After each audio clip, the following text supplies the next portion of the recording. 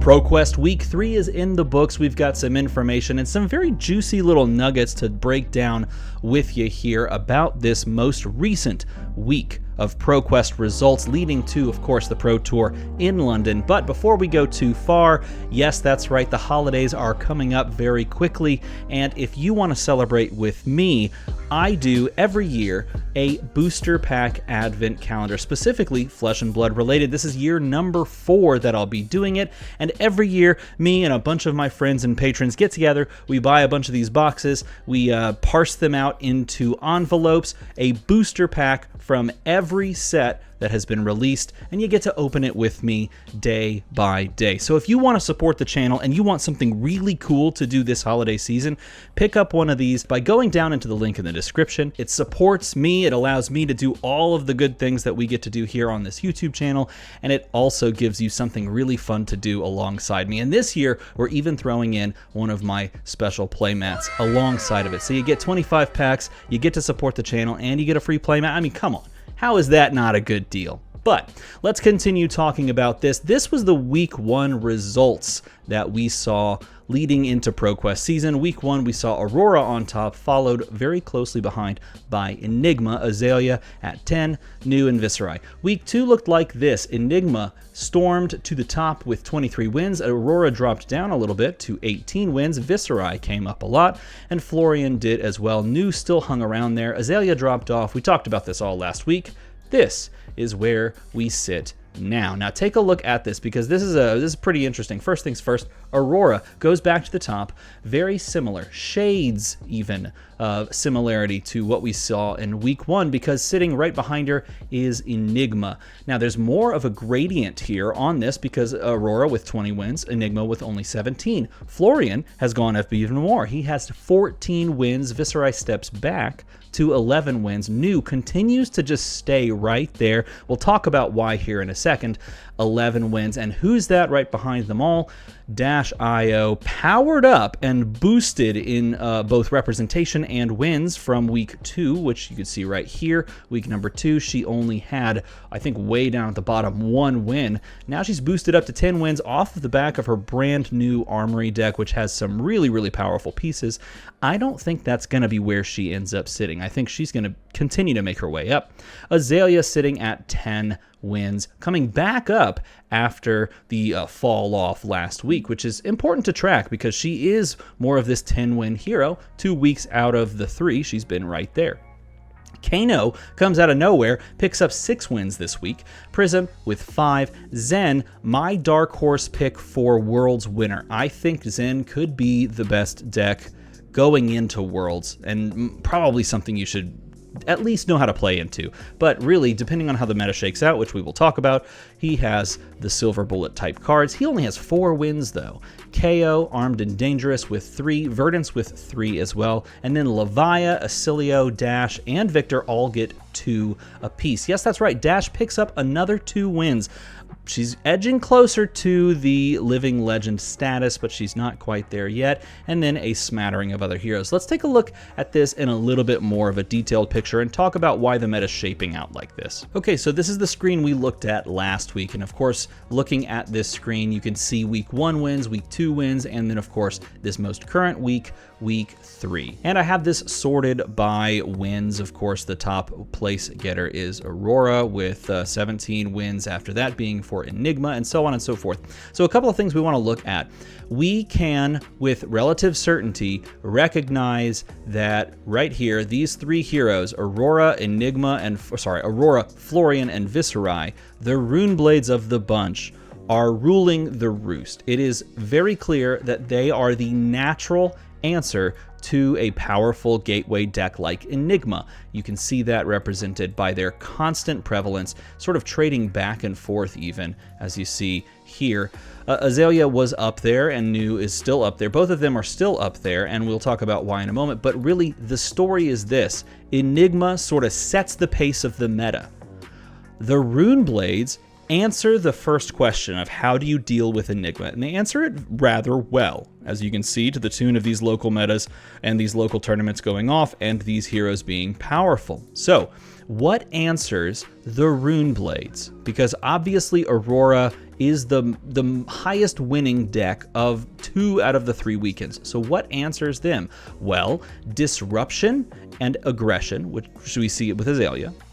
Disruption and the ability to defend well with defense reactions if they're playing it, depending on how you build new, is new. So these two are natural next layer down answers to what we see the Rune Blades doing. Now, I will argue that Zen is the other answer, and you could also argue that Dash just says, I'll go faster than you. I will win the game because I have very powerful, very insane abilities that just can pop off and win me the game. So I expect, first of all, why is Dash.io the hero that was talked about sort of to be the scourge of this upcoming meta and sort of warping everything around them once they release? Why are they only at 10 wins? Well, first of all, keep in mind that these events started firing on Friday, the day that this product released. Look, I even have it on my desk right here.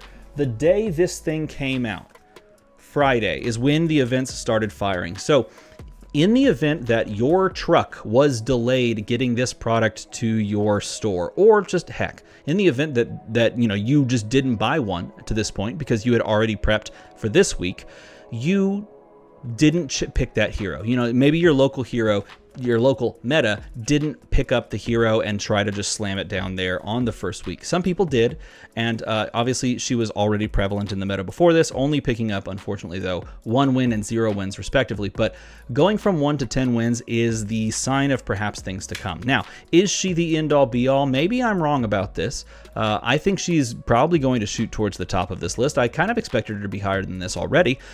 Is she the end-all be-all? There's a lot of people that are saying no, and you know what? They are better players than me, so in some ways I'm inclined to agree with him, but I will say that if she is not one of the top 2 decks in the format, I would be remiss. I think she is very much one of those heroes that you look at and you go, okay, I have to have some answer for Dash.io. I would say more so than most of the heroes on this list. Enigma is the other, probably. Like, these are the 2 gatekeeper decks of the format. One of them in a board state kind of snowball fashion, and the other is just pure gas. So I expect her numbers to go up.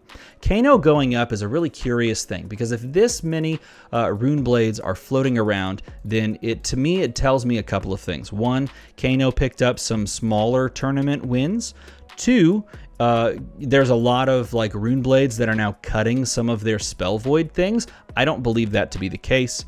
So I'm very curious to see where these Kanos are picking up their wins from. Going from 1 win to 6 wins is a pretty big jump, and that's something that I want to keep my eye on, because it's a hard time out there for Wizards in general. Wizard, funnily enough, coming out of Rosetta, was supposed to be feasting in some way, shape, or form, and it looks like they're more famine than feast. Looking at your other Verdance and Acilio being down here, looking at them, they're not exactly towards the top of the meta. But you know what? Maybe that's okay. I'm not arguing that heroes and classes themselves will eventually have their time in the sun, and maybe the Wizards' time in the sun has already passed with Kano being so powerful leading up to this, and the bans that we saw with Tome of Aetherwind and Tome of Fjendal certainly contributed to the downward spiral of some of these heroes that would definitely prefer to have them, like Acilio and of course Kano. But the craziness that we would be seeing from those heroes, if those cards still existed, would probably be too toxic, and so at some place in my heart, I am okay with where they sit. The other thing that I'm watching out for is this right here, this -IE number. This is a hero that I'm very curious to see if in some way, shape, or form in the final week of ProQuest they push her over the edge and she actually crosses. We'll actually take a look at the Living Legend board here in a moment after we talk about the final hero. Again, my dark horse pick for, and what I would probably play if I had an invite to Worlds. Why? Well, I've been playing it more and more, and not only can he consistently do above rate things against all of these aggressive decks that don't want to block him, or just there's no point in blocking because it's not like there are on hits, but he also has 12 Petal Kasaya, which if you use correctly and if you use it very expertly, can just win you the game on the spot. How do I know? Well, it just happens. Let's be honest. I'm not the best Zen player, but I've put myself into those positions more than a couple of times, and it pays off in spades. So he has the tools to deal with the Rune Blades and the Mass Arcane and the split damage in that respect, and he can even go toe-to-toe with Dash.io. Now, let's look at the Living Legend leaderboard. So as we see the Living Legend leaderboard here, Dash, Inventor Extraordinaire, inching ever closer. But man, with 1 week left to go, I don't know if you can actually get there. Interestingly enough, there are great tools to build an aggressive version of her. Basically, the stuff that you get out of the Dash.io Armory deck, you can just put into the original Dash and just run it out there and do some pretty nutty stuff. That being said, I don't know if anyone's just going to say, yeah, instead of running the Dash.io, the aggressive version, I'm going to play Dash.IE and try to get her over the finish line. I don't know. To me, it doesn't seem like she would be the pick that you would run out there. I've heard a lot of rumblings of people playing a lot of Fi, but he continues to do next to nothing. It would be surprising to see Fi show up to Worlds and then make the top 8. Not terribly surprising, because I do think a lot of the same things that Zen does, Fi can do, but I think Zen has a couple of more just overall points into some of these like amazing heroes. Like, for example, Viserai, who's actually continuing to skyrocket a good bit. I mean, if Viserai climbs the ranks and wins, I don't know, because what is a ProQuest? 5 points? If Viserai wins a couple more of these, you're going to start wondering when his time in the sun is going to be reached. Like, heck, let's just say that he wins the World Championship and he wins a couple more of these, well, not Zen, wins a couple more of these ProQuests. In that scenario, he is knocking on the door himself, and all because of a very powerful set called Rosetta. And I think that's okay. I think that's pretty cool, especially as a non-talented hero. It would be cool for him to cross the finish line as well. Kano continues to not get anywhere near where he would need to get in order to cross the finish line. And heroes that are getting a lot more points are Enigma, who's now sitting at 485, still under where Zen is, but Zen had the benefit of that craziness that was earlier this year, and Aurora at 310. Now, I want you to understand, don't panic, because I think what we saw with heavy hitters and the heroes therein is the standard now. It is the litmus test for what we should measure everything else on. Look at how Kasai did. She was well positioned in the meta. She had multiple archetypes. She was very successful into other heroes within the meta as well. Same thing with Victor, and KO was the standout. Take a look at those heroes in this meta. A shift that basically slows their progress to a screeching halt. And there's a lot to be said. You can make an entire separate video on whether or not this is a good thing. I feel very deeply sad that I can't take out Kasai and just run her out there into this current meta. Basically, the past 2 metas after she came into existence, it feels like there's almost no point in running her out there.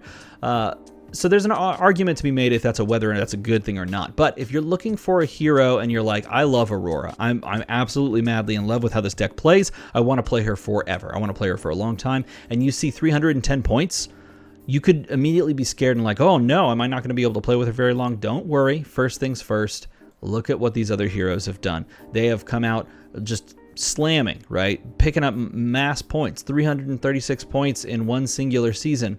And they're still going to be here for a time. And that's, that's a whole nother video. So if you want to hear me talk about that, leave a comment down below. Nevertheless, if you're into Aurora, she's getting lots of points, but don't worry. I think she's going to be here for a long time and perhaps even a good time as well. If you want my pick for what to play in the final week of this ProQuest season, it would probably be Dash.io. I think it's a fantastic deck, and I think it's one of the best, if not the best deck in the format.